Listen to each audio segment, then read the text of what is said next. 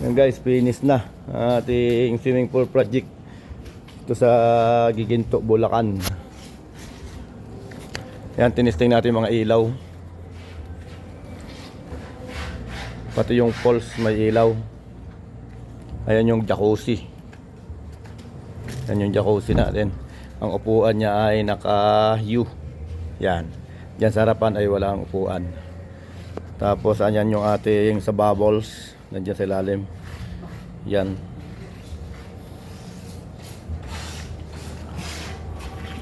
Yan yung ating falls. Bali ginagrout yung kantuhan at tinakpan na natin yung top. Naitap na natin yung ilaw.